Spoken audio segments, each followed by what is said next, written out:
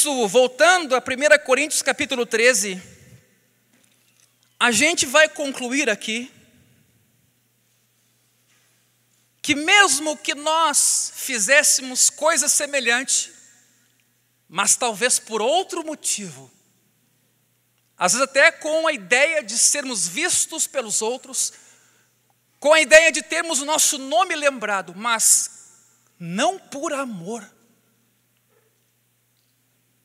Diz o texto que isso tampouco nos aproveitará. Ou seja, podemos até sofrer como algumas teologias, filosofias, conceitos levam a igreja. Existem algumas doutrinas que para elas só há sofrimento na vida da igreja. Mesmo com isso, se não houver amor, isso não traz proveito nenhum. E em parte isso é triste com aqueles que deram a sua vida por causas vãs e não em nome do amor. E aí, depois de destacar a questão negativa, ou seja, do que nós não devemos fazer, o versículo 4 fala positivamente para dizer, então, o que é esse amor? A primeira coisa mencionada é: o amor é paciente. Quando essa palavra é mencionada, ela é mencionada muito mais em relação a pessoas do que a situações. Por quê? Porque está pressuposta aqui a relação de um com o outro. Então diz que esse amor, que é o amor de Deus e que foi derramado em nossos corações, Ele nos dá paciência, ou Ele faz nascer essa característica da paciência. E talvez esta seja uma coisa bem prática, bem real, que a gente possa aferir na nossa vida. Senhor, eu nasci em amor, eu nasci fruto do amor, Tu és amor, Tu estás em mim. Senhor, agora eu estou entendendo, quando Tu me dizes para eu amar, significa que eu tenho que aproveitar aquilo que eu recebi e que isso se torne real nas minhas relações. Isso é um mandamento. Que eu faça a conexão do que eu recebi e do que eu estou dando. Bom, Senhor, tenho sido paciente com as pessoas. O mundo no qual estamos inseridos é paciente com o ser humano? Não é. Tudo é rápido, tudo é para ontem. O que dizer das escolas públicas hoje e dos alunos que lá estão e do anseio de terem uma educação digna, para um dia terem uma profissão, para um dia serem cidadãos dignos? Será que há paciência da sociedade, dos poderes constituídos com essas pessoas? Mas como o pastor Isaías disse, tem coisas que só a igreja vai fazer. Porque ela tem um amor que é de uma esfera diferente, que é de uma hierarquia diferente. Você sabia que a palavra ágape era uma palavra que se conhecia entre os gregos? E a palavra ágape significava uma apreciação por aquilo que se tinha de melhor. Essa era a conceituação da palavra. Você sabe o que os cristãos fizeram? Pegaram a palavra ágape e jogaram dentro dela o conteúdo da obra de Jesus. E aí então, a partir do 1º século, ágape tornou-se amor prático, que se doa, que serve, que se entrega, como Cristo fez na cruz. Então, obviamente que aqui em Coríntios 13, este é o amor do qual nós estamos falando. Diz o texto que esse amor também é benigno, ele é bom, ele é de boa natureza. Talvez para nós, seres humanos, é difícil entender um pouquinho isso, porque somos humanos. Mas, quando diz a Bíblia que Deus é amor, diz que a essência dele é amor, a reação dele é de amor, mesmo quando está irado. Porque a ira dele é contra o pecado, mas mesmo assim é em amor. Porque a ira de Deus é a luta constante de Deus contra o pecado e as consequências dele naquilo que Deus criou. Ou seja, o amor é bom. Se a igreja está permeada de amor, ela está com uma coisa boa, gente. coisa que a gente não pode comprar num mercado aí fora, ou produzir numa universidade, mas é o Espírito de Deus que derrama isso em nós, e é bom. Junta pessoas, cura feridas, restaura relacionamentos, não divide, une. O amor é bom. Tem pessoas às vezes que fogem do amor, com medo de que o amor machuque. Não o amor de Deus, porque o amor de Deus não procura os seus próprios interesses. O amor de Deus une. Diz a Bíblia em Colossenses que o amor é o vínculo da perfeição. Acima de tudo, diz Paulo, tende amor intenso uns com os outros, porque o amor, e aí na NTLH diz, une perfeitamente todas as coisas, os diferentes, aquelas peças do quebra-cabeça que parecem não se encaixar, vem lá o amor e faz com que tudo se encaixa, porque esse amor é do arquiteto, o nosso Deus. Diz o texto que o amor não arde em ciúmes. Os ciúmes vêm muito daquilo que a gente quer manter como só nosso, como propriedade única e exclusiva minha. Então, de repente, quando alguém outro está usufruindo ou tendo a mesma oportunidade, nasce o ciúme no meu coração, mas isso é resultado de uma ausência de amor, ou de um não cuidado com o amor. Eu li esses dias uma frase de Mário Quintana que eu achei muito interessante. Ele diz assim, alguns devem conhecer, o segredo não é correr atrás das borboletas, mas é cuidar do jardim, e as borboletas virão até você. Que frase que diz tanta coisa como essa. Ou seja, a gente corre tanto de um lado para o outro, em novas experiências, em novas investidas, em novas tentativas, e de repente o que Deus está dizendo, cuida daquilo que vocês já ganharam, tratam bem, porque quando vocês cuidarem bem daquilo que vocês receberam, vocês vão se sentir bem, e vocês vão agregar pessoas, e vocês vão fazer uma grande família. As pessoas vão se sentir atraídas pelo aroma, pelo perfume que exala desse jardim bem cuidado. Casamento é isso, é um jardim bem cuidado, plantado, cultivado, podado por vezes, regado. Me diz se não vai crescer. Vai crescer. Se um jardim é tratado assim, ele vai crescer. A diferença é o jardineiro. Quem é? Tem uma canção aí que diz que o jardineiro é Jesus, né? A palavra ficou muito conhecida por aí afora. Segundo João capítulo 15 diz que a videira é Jesus e o agricultor é o Pai. Eu acho que o jardineiro é Deus, mas tudo bem, né? O jardineiro é Jesus. Diz o texto que também este amor não se ufana, ele não é vaidoso. Ele não se envaidece com aquilo que a pessoa tem. Ele não se acha melhor com aquilo que a pessoa tem. Pelo contrário, ele tem aquela ideia de que o outro também é importante e o outro não é inferior a ele.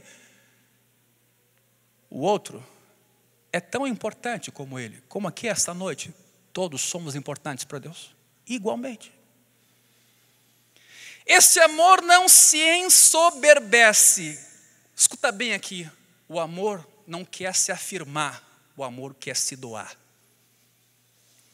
Nós muitas vezes lutamos por nos afirmarmos, por sermos reconhecidos, retribuídos, alcançarmos uma estabilidade. O amor não procura isso, o amor quer se doar apenas.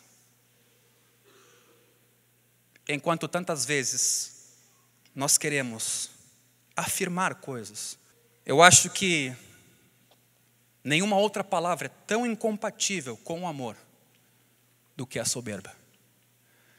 Porque quando eu me dou por uma causa justa, fruto do amor de Deus por mim, eu não estou buscando o meu interesse, eu estou buscando o interesse daquele que me salvou, daquele que fez por mim, e eu faço isso como gratidão. soberba é incompatível com o amor.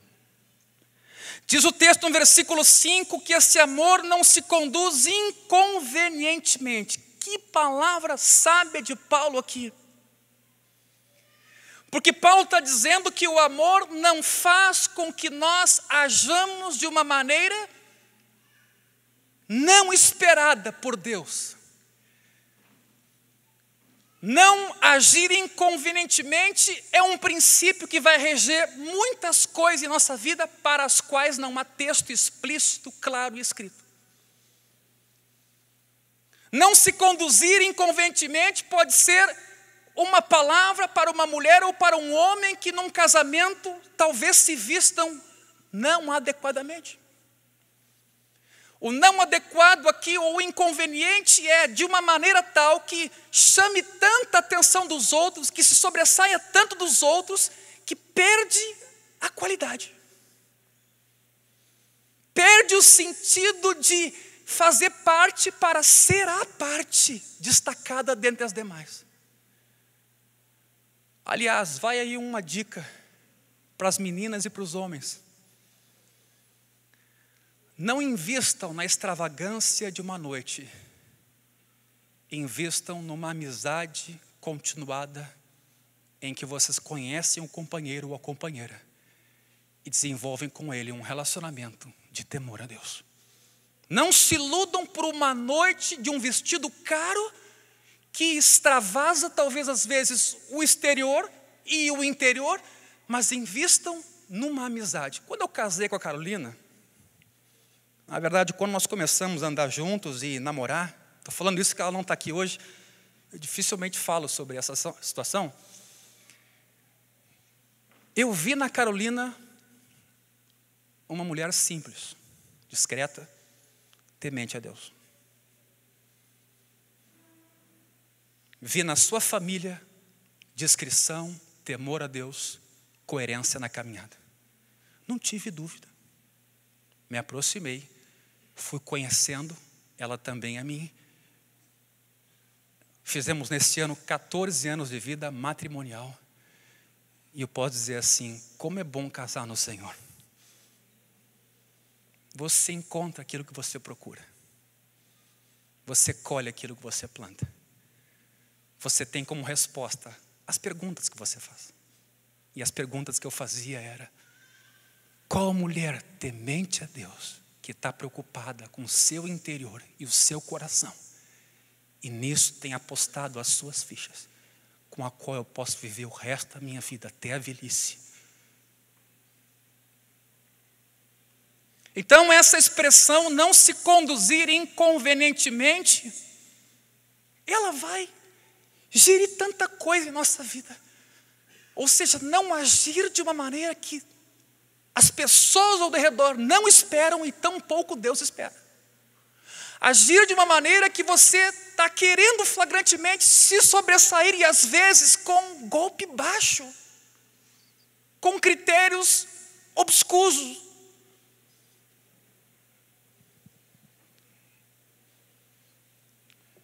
Não, diz que o amor não procura os seus interesses, porque ele é doação, ele é serviço, assim como Jesus, naquela cruz, não estava morrendo por causa dos seus pecados, ele estava morrendo pelos outros. E embora tivesse poder para invocar uma milícia de anjos, ou como ele diz lá no Getsemane, mais de 12 milícias celestiais, ele sabia que aquilo evitaria o plano de Deus. E ele se entrega então. Ele se oferece. Diz que o amor não se irrita. Guarde isso, o amor não é melindroso. Quem é o melindroso? É aquele que está predisposto a se ofender.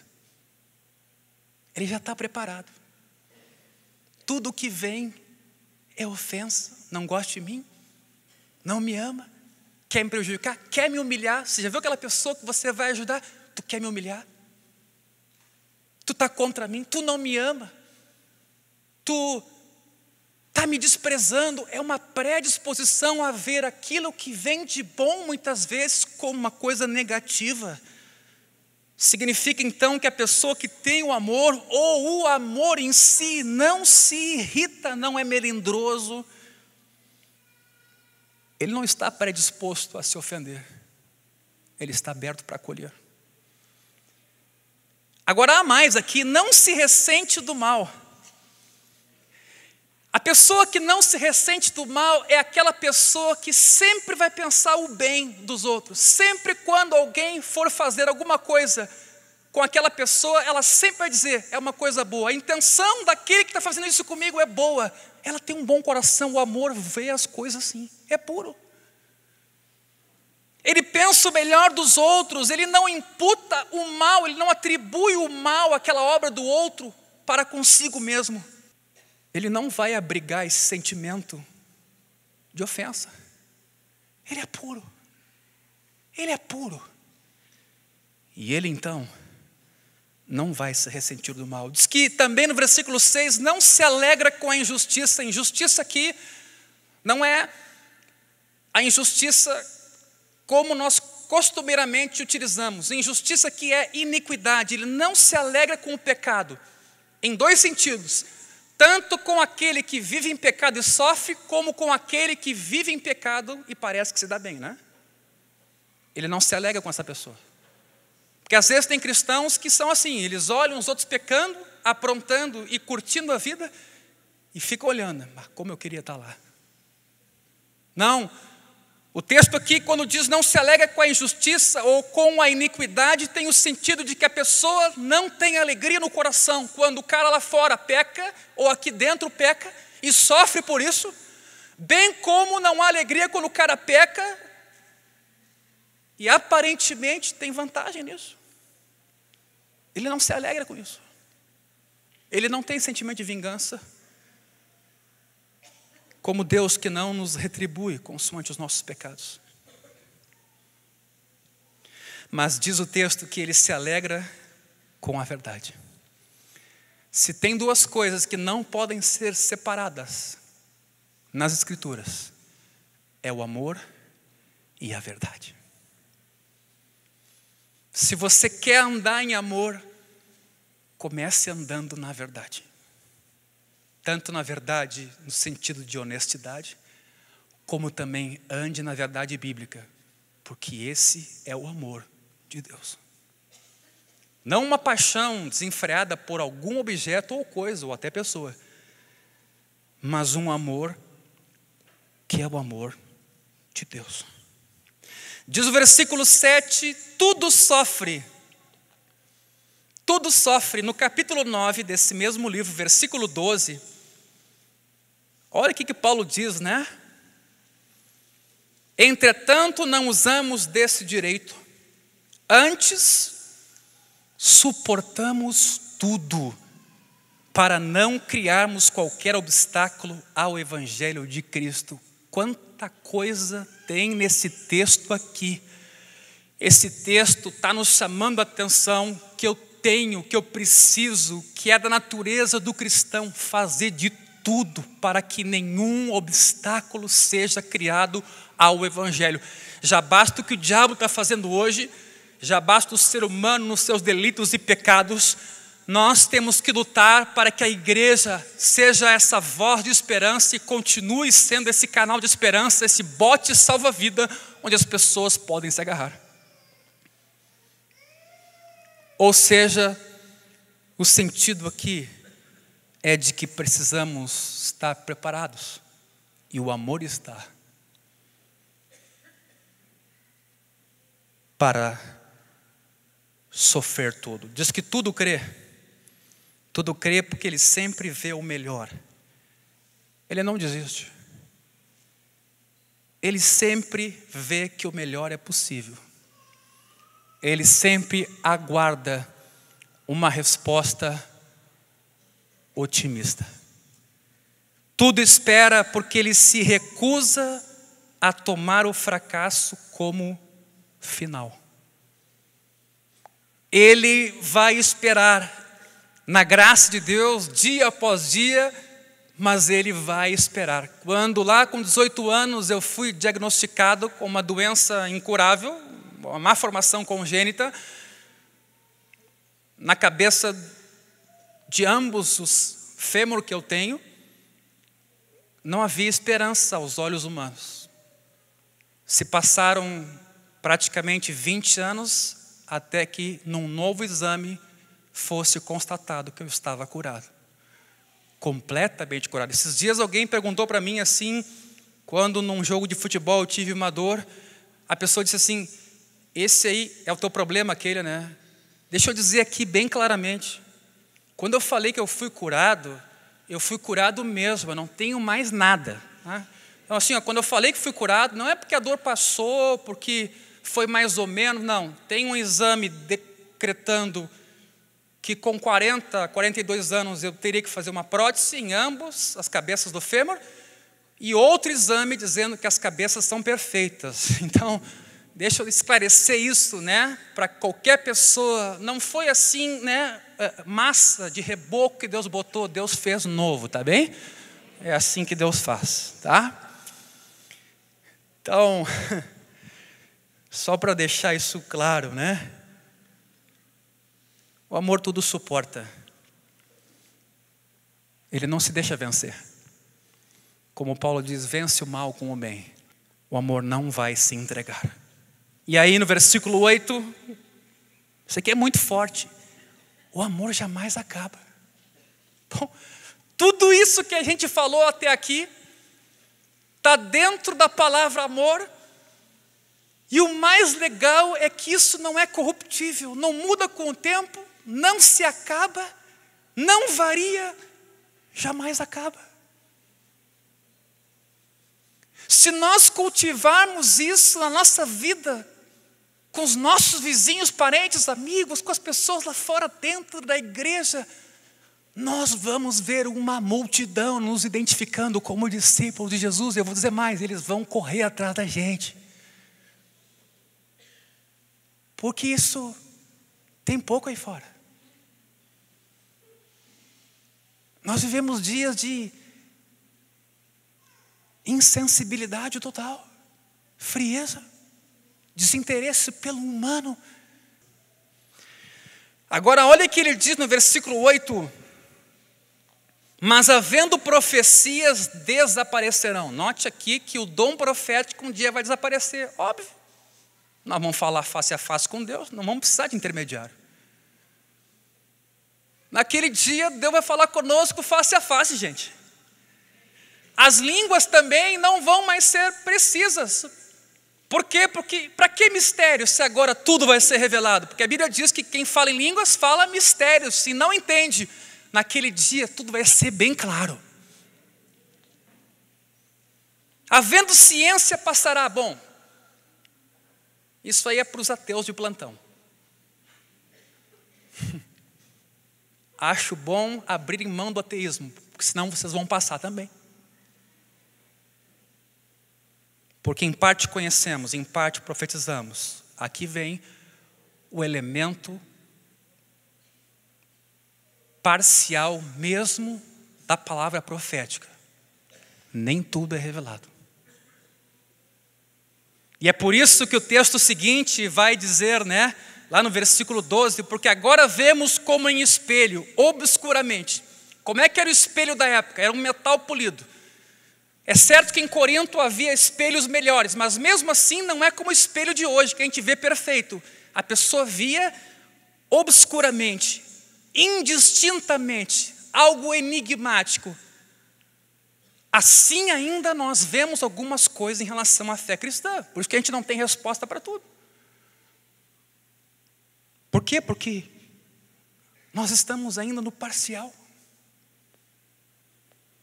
Mas mesmo nesse parcial, olha a quantidade e o conteúdo do amor que pode estar em nós e permear em nós. Parece que aqui não há limite. Parece que quando é a manifestação do amor aqui no tempo presente, parece que ela nos faz fazer o impossível. Porque agora vemos como espelho obscuramente, então veremos face a face. Versículo 12. Agora conheço em parte, então conhecerei como também sou conhecido. Bom, um dia sim, tu pode ter certeza, Deus vai te mostrar quem tu é. Ele já faz isso hoje em parte, até para nos ajudar. E de preferência Ele mostra as coisas que não estão bem em nós. E mostra Cristo diante de nós para que a gente veja o que é o bem e tente copiar. Mas naquele dia, Deus vai mostrar o quanto Ele nos conhece. Por isso que o salmista diz: Senhor, Tu me sondas e Tu me conheces. Tu sabe quem eu sou. Naquele dia, isto vai acontecer. Quando, versículo 10, vier o que é perfeito, então o que é em parte será aniquilado. E aí o versículo 13 vai dizer, antes disso, versículo 11, quando era menino, falava como menino, sentia como menino, pensava como menino. Quando cheguei a ser homem, desisti das coisas próprias de menino. Por que será que Paulo está falando isso aqui? Porque ele está mostrando para a gente que a gente pode crescer na manifestação do amor. Quando diz aqui que ele desistiu, o texto está querendo dizer que ele tomou uma decisão na sua vida consciente de deixar que esse amor, que faz com que ele se desprenda de si mesmo e se doe aos outros, e não busque os seus interesses, que esse amor se manifeste cada vez em maior medida, até a vida adulta.